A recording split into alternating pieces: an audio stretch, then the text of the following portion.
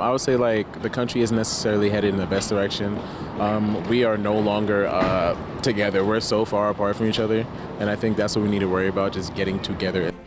We're back with The Big Deal, continuing our series on the evolving landscape of American voters. This week, we're looking at black voters, who represent about 14% of eligible voters overall, with a concentration in southern states that some demographers still call the Black Belt.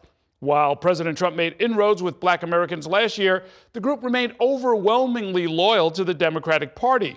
A breakdown of the last 3 presidential elections shows that President Trump has increased his support by 5 percentage points since 2016. Joining me now with more on the black vote is Christina Greer, a professor of political science at Fordham University and the author of Black Ethnics, Race, Immigration, and the Pursuit of the American Dream. Thanks so much for joining me. Anytime, Errol, anytime. So now the black vote was overwhelmingly, as it has been traditionally, about 86% for Democrats. Why is it noteworthy that President Trump made slight inroads and got Republican support up to 13%? Well, I think, the black vote has been calcified in the Democratic Party for several decades now, but it's a very slight inroads, and I want to say that very specifically, largely because there's a party capture that a lot of black voters feel. There's a wide ideological spectrum of black voters. They're just kind of trapped into one party because by and large, Republicans have chosen to go with more white supremacist or white nationalist rhetoric in a lot of states that's turned off black voters, even if some of the policy positions they may agree with. So there's a personality politics that has definitely eroded black Republican partisanship.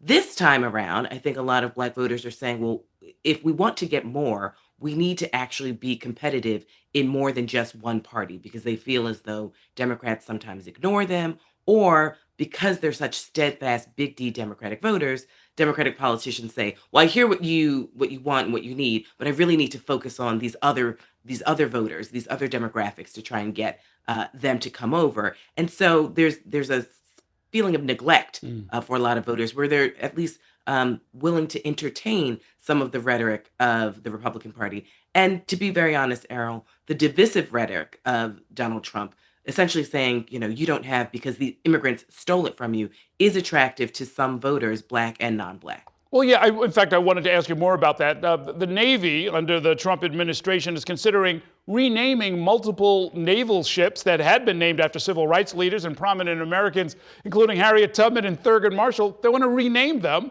I'm also mindful that back in March, the president signed an executive order accusing the Smithsonian Institution of not properly reflecting American history. And he was specifically referring to the Museum of African American History. And we've certainly seen the attack on diversity and inclusion programs. That's not going to trim government waste. It's not going to lower the price of eggs or help with tariffs or anything like that. But that kind of rhetoric seems to be an essential part of Trump's politics. And I was wondering why.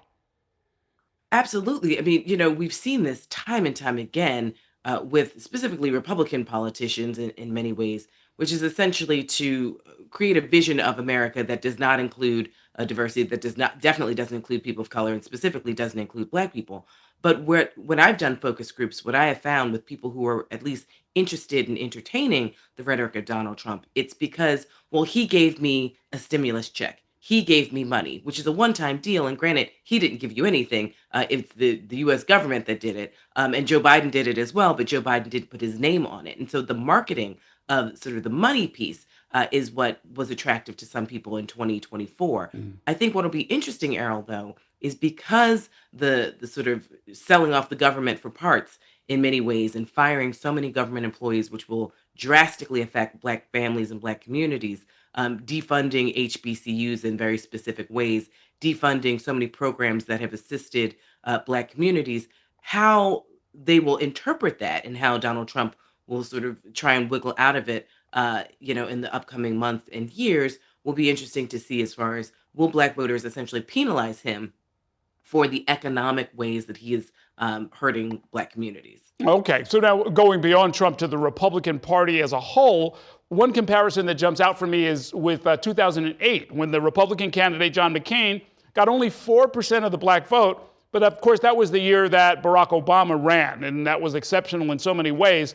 If we go 4 years further back, the Republican candidate George W. Bush won 11% of the black vote. So are we sort of seeing a reset where the parties are being a little bit more competitive? And that's, I guess, in keeping with tradition, and that tradition was just disrupted by Obama.